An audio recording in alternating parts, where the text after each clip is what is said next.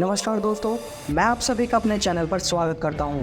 दोस्तों, भारतीय सेना भारत की सीमाओं की रक्षा के लिए हर क्षेत्र में पूरी मुस्तैदी के साथ खड़ी है। भारतीय सेना भारत को सुरक्षित रखने के लिए आए दिन अपने बेड़े में लगातार एडवांस और घातक हथियारों को शामिल करती रहती है। लेकिन भारत को सिर्फ उन्हीं देशों से खतरा नहीं है जो उसके दुश्मन हैं, बल्कि भारत के सामने बहुत से देश चुनौती बढ़कर खड़े हो रहे हैं। जैसे कि मालदीव हिंद महासागर क्षेत्र में भारत के सामने एक बहुत बड़ी चुनौती पेश कर रहा है।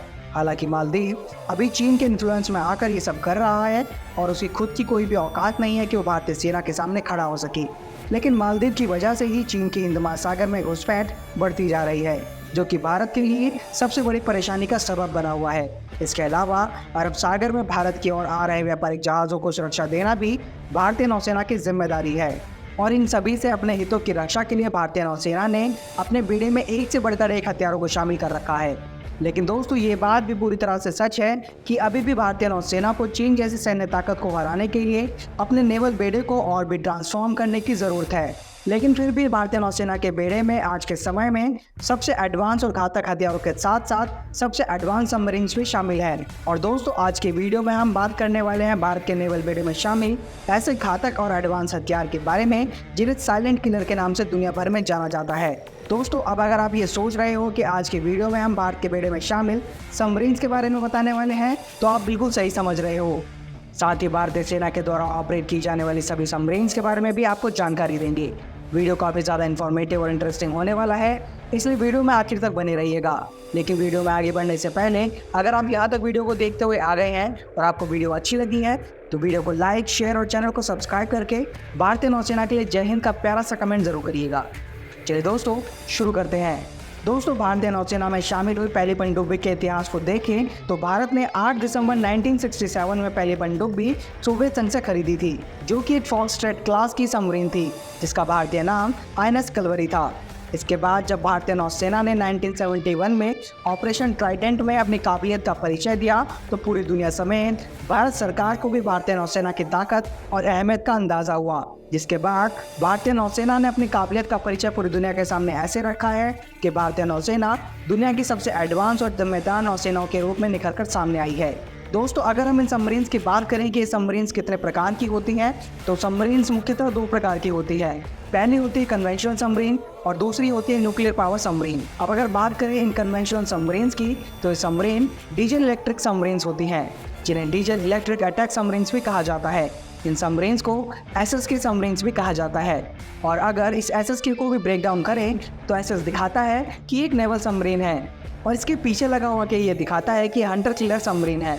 और जैसा कि इसके नाम से ही हमें पता चलता है कि एक डीजल इलेक्ट्रिक सबमरीन है, तो इस सबमरीन में पावर के लिए एक डीजल इंजन और बैटरीज का इस्तेमाल किया जाता है। दोस्तों, जब ये सबमरीन सतह पर होती हैं तो उन्हें पावर इनके डीजल इंजन से मिलती है और तभी इनकी बैटरीज को भी चार्ज किया जाता है। साथ ही जब ये पानी के अंदर गोता लगाती हैं तो इन सबमरीन्स को पावर देने का काम इन बैटरीज के जरिए किया जाता है। आमतौर पर ये कन्वेंशनल डीजल सबमरीन आकार में छोटी होती है, पर न्यूक्लियर पावर सबमरीन से काफ़ी ज़्यादा प्रभावी होती हैं। ये सबमरीन्स एक बार गोता लगाने के बाद कई दिनों तक पानी के नीचे रह सकती हैं। लेकिन अब क्योंकि इन सबमरीन्स को ऑक्सीजन लेने के लिए सतह पर आना पड़ता है, जिससे इन्हें सैटेलाइट के जरिए डिटेक्ट कर पाना आसान हो जाता है। दोस्तों, वैज्ञानिकों ने इन सबमरीन्स की इस कमी का भी तोड़ निकाल दिया है और एक नई टेक्नोलॉजी विकसित की है, जिसका नाम एयर इंडिपेंडेंट प्रोपल्शन यानी AIP सिस्टम रखा गया है, जो कि एक इनबिल्ट ऑक्सीजन जनरेटिंग प्लांट है, जो पानी के अंदर रहकर भी ऑक्सीजन को जनरेट कर सकता है, जिस वजह से इन सबमरीन्स की वर्किंग कैपेसिटी काफ़ी ज़्यादा बढ़ जाती है। अब अगर बात करें कि भारत के पास इस तरह की कितनी सबमरीन्स मौजूद हैं, तो दोस्तों, भारत के पास आज के समय में सिंधु घोष क्लास जो कि क्रू क्लास सबमरीन है, शिशुमार क्लास जो कि टाइप 209 क्लास सबमरीन है, और कलवरी क्लास जो कि एक scorpion class diesel electric submarine मौजूद है। और भारतीय नौसेना के बेड़े में कुल 16 डीजल इलेक्ट्रिक सबमरीन्स मौजूद है। आइए दोस्तों, अब बात करते हैं दूसरी टाइप सबमरीन्स के बारे में, जो कि है न्यूक्लियर पावर सबमरीन्स। दोस्तों, न्यूक्लियर पावर सबमरीन ऐसी सबमरीन्स होती हैं जो अपनी पावर जरूरत के लिए एक न्यूक्लियर रिएक्टर का इस्तेमाल करती हैं। लेकिन ये ज़रूरी नहीं है कि एक सबमरीन अगर न्यूक्लियर पावर सबमरीन है तो इससे फायर की जाने वाली सभी मिसाइलें भी न्यूक्लियर मिसाइलें होंगी।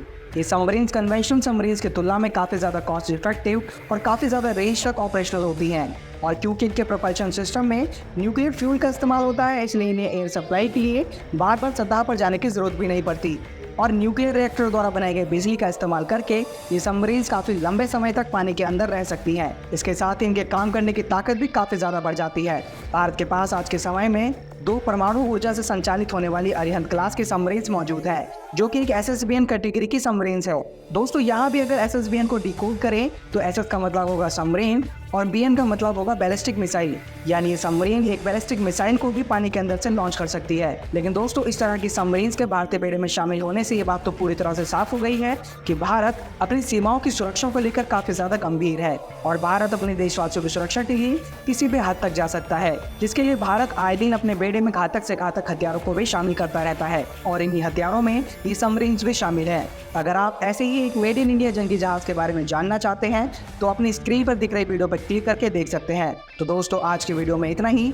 आपको ये वीडियो कैसी लगी हमें कमेंट करके ज़रूर बताइएगा। वीडियो को अंत तक देखने के लिए आप सभी का बहुत बहुत धन्यवाद।